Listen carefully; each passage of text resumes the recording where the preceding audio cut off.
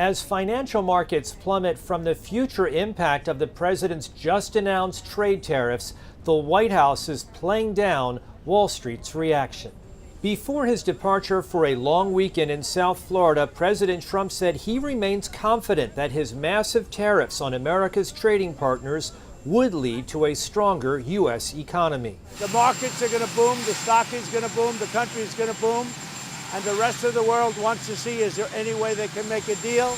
President Trump is calling it Liberation Day, but financial markets and many of America's trading partners are not happy about the president's decision to impose across-the-board 10% tariffs on all foreign goods, starting on April 5th.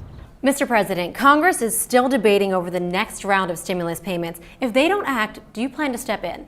Well, I'm going to have to, because we have to take care of our people. And the problem we have is that they're looking, the Democrats, to take care of states that have been poorly run. And they want to do bailout money, and it has nothing to do with Corona. It has to do with something much different, and that's years of neglect and not good management. And we don't want to do that. How important is New Hampshire to your candidacy moving forward? And is there a path to the presidency if you fall short tomorrow? Yes, there is a path to the presidency. It's called South Carolina, and it's called Nevada, and it's called the general election. If you notice, nobody who's ever lost has also continued to lead in the national polls across the board. If you look at the map of the United States, there are cases all over the place, each of which is a little bit of an ember that can turn into a fire. That's what you have to worry about. But I'll always be proud of the record of the Trump-Pence administration. But I know that by God's grace, I did my duty on that fateful day. Mike Pompeo, Secretary of State, was asked specifically about Giuliani's role, and here's what he said. As a Secretary of State, we have lots of people out advocating, doing work on behalf of the United States of America, not all of which work for the Department of State directly, that aren't on our payroll. Private citizens often will make phone calls to me saying, hey, I just saw X. You might want to think about Y. I had a dinner just last night with some senior business leaders, private citizens, who are deeply engaged in the country that we're engaged with, and they gave me great insights of what is taking place. May I ask you about economic forecasts? I saw one economic forecast coming out from the OECD this past week. They are forecasting stagflation for the United States, a downtick in terms of GDP growth. Do you agree with that forecast? What do you see over the course of 2025 for our country? We inherited a very, very bad and perilous situation from a group of people. Again, we just got here from a group, and this takes a long time to develop, from a group of people that truly didn't know what they were doing. Mr. President, with this announcement on Hyundai, is this a blueprint for you for other automakers to come to the United States to do what Hyundai is doing and investing so much in Louisiana and creating these new jobs? Absolutely. That's a nice question from you. That's a shocking question, how nice it is, huh? That's okay. That's a question that's a good question, actually. Yeah, sure. Hyundai's a great company. We have other great companies coming in, and we have some that are going to be staying here and very much expanding. And we have tremendous interest in every business. I can't just say automobiles, but automobiles is a big one.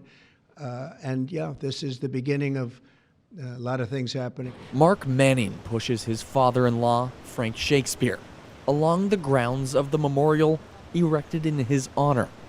A Wisconsin hero, Shakespeare fought in the Navy during World War II. He went on to serve as U.S. ambassador to Portugal and the Vatican. Frank now struggles with dementia, but takes in the sights on a dreary D.C. day.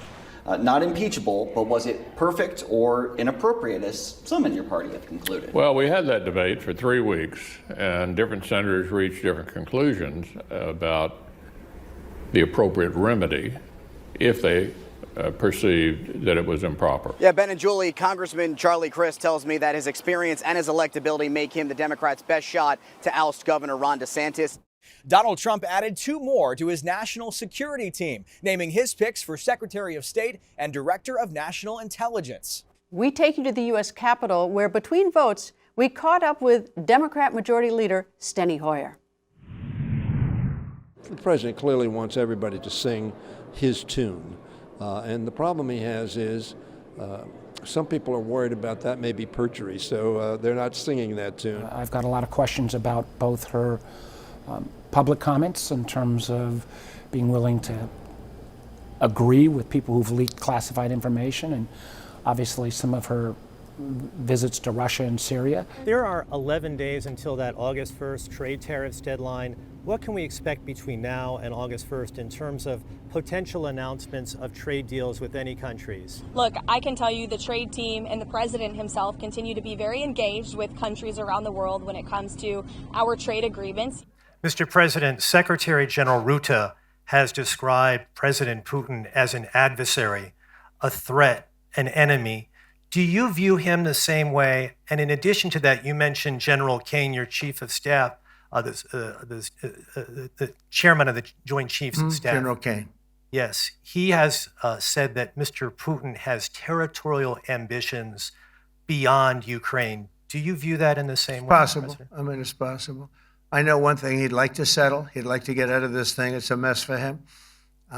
He called the other day. He said, "Can I help you with Iran?" I said, "No, you can help me with Russia."